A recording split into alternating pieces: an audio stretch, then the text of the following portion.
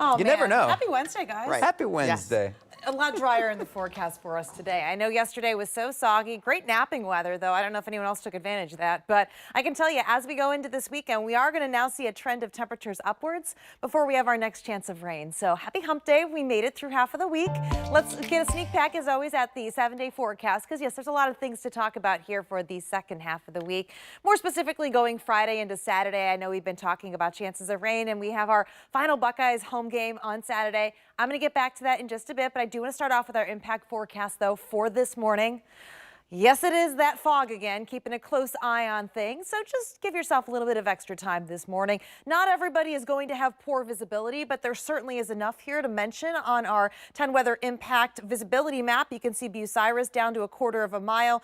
Coshocton, Cambridge starting to look pretty rough there, as well as over toward Caldwell, McConnellsville, and New Lexington down to MacArthur, and even as far south as Piketon. That's our main story today. Next couple of days, we have some clouds, we have mild air. I want to skip ahead to Friday, though, because we do have rain in the forecast then. So the latest model runs that came in this morning, the good news is about that is it's starting to keep the rain a little bit further south for us. I know earlier it looked like it could have been a washout of a day. Now it's starting to trend that most of this rain will actually stay south of I-70 into southern Ohio and the Ohio River. As you can see, this would be great for our commute Friday morning. But as we start to go into the afternoon, it does look like some of that rain will start to get pushed into our area. As we get into the after sunset timing, you can see this could come through overnight with some heavy downpours and gusty winds. So if you're still trying to winterize your backyard for the coming months, just know you might have some more sticks, some more leaves to deal with after this comes through. But as we look ahead to next week, though, for Thanksgiving, hard to believe it's a week from Thursday already.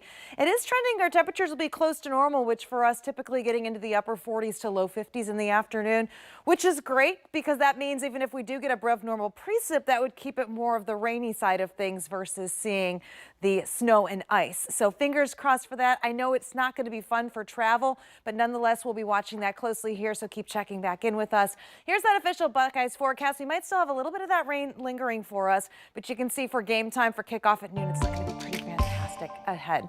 Now, as we go into next week, in case you are traveling the first half of next week, we're going to have to watch out for those chances of rain as we go into Tuesday.